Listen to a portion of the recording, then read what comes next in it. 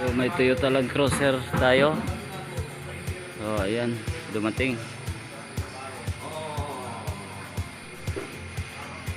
Good morning mga ka-Auto Gym Garage. Panibagong araw, panibagong hamon na naman sa trabaho. At bago tayo magsimula, huwag niyong kalimutang mag-subscribe sa YouTube channel ko at sa Facebook page account ko. At huwag niyong kalimutang i-press din ang button bell para may update ko kayo sa mga bago kong video. So tara, umpisa na natin.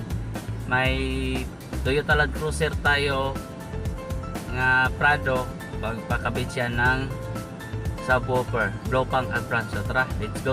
So installation na ito ng ikabit mga ka-auto, subwoofer sa stereo. Ayan.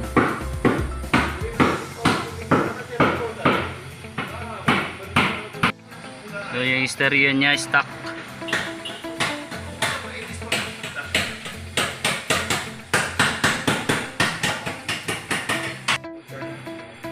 So walang RC ito. So may volume switch. So jam lang natin sa speaker niya. Dahil stock yung stereo niya. Lupang subwoofer.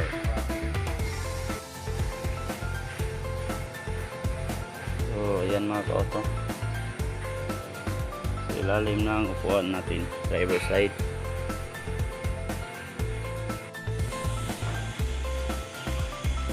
Yan mga ka-auto. Wiring natin dito. So hanap tayo ng positive dyan tsaka ground. So tara. So ito negative, ito positive, then itong dalawa sa speaker, ito sa speaker jump natin, then ito sa remote. Tara. So yun mga ka-auto, i-solda muna natin to. Solda natin para walang lost connection. Ayun, ipadaan natin dito para doon sa stereo.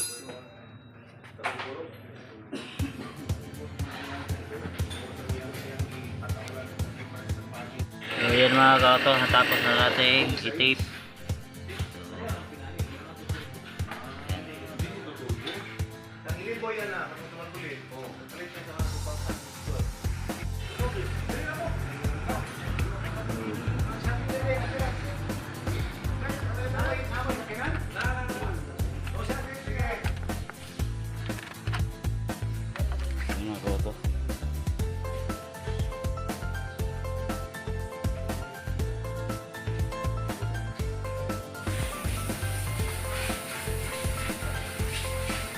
So nagkaroon na nato mga ka-auto yung wiring. Ito naman tayo itong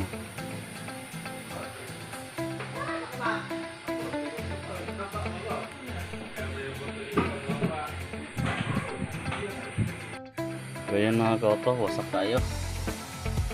Ang tangon ko lang itong stereo. Ayan.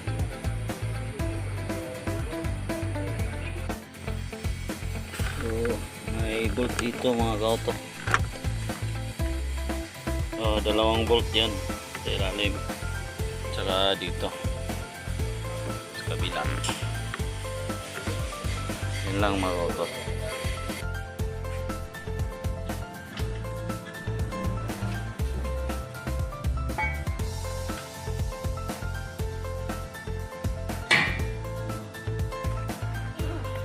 Wasak kayo.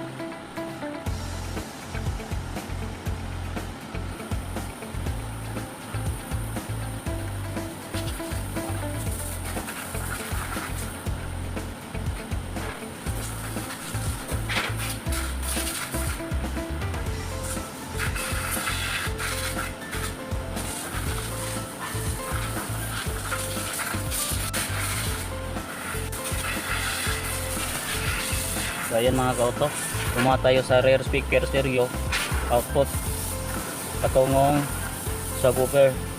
Ayan,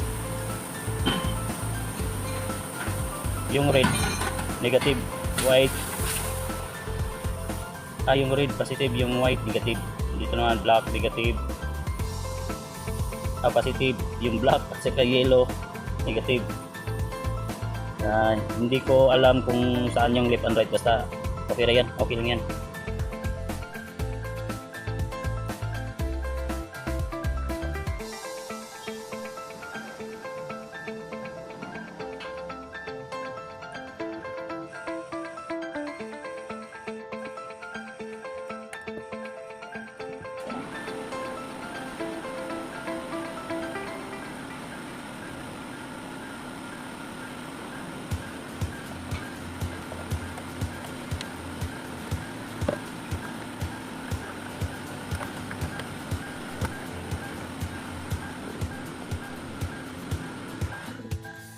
Ayan mga ka-auto, simbol na tayo mga ka-auto.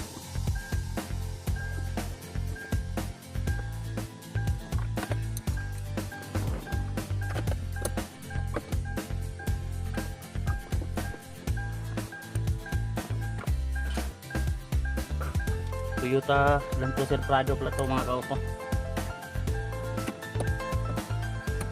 Ang atong kitaot subwoofer nga blue pang.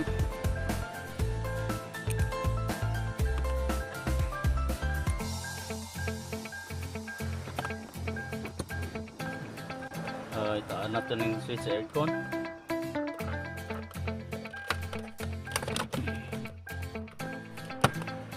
Nampak na.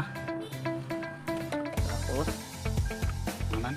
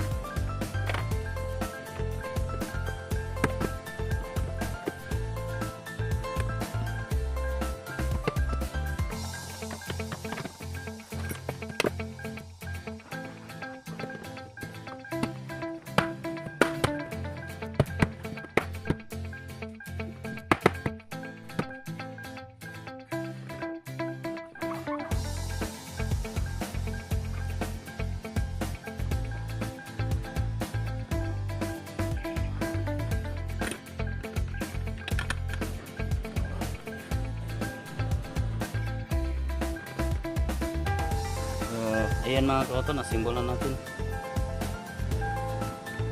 Testing na natin to mamaya. So ayan mga ka-auto, naputol tayo kasi nalubat yung sasakyan kasi yung apat na pintuan nakabukas, so napabayaan natin kasi may tinarbaho tayo. So pinalitan ng battery kasi medyo 2 years na yung battery daw. So hindi na natin pa-testing yung sound kasi may tinarbaho tayo. Sila na lang ang nag-testing, so okay naman. So that's it mga kauto. Huwag niyong kalimutang mag-subscribe sa YouTube channel ko at sa Facebook page account ko. Maraming kayong matutunan dito mga kauto. Kung may katanungan kayo, i-comment nyo lang sa baba mga kauto. So that's it. Thank you and God bless.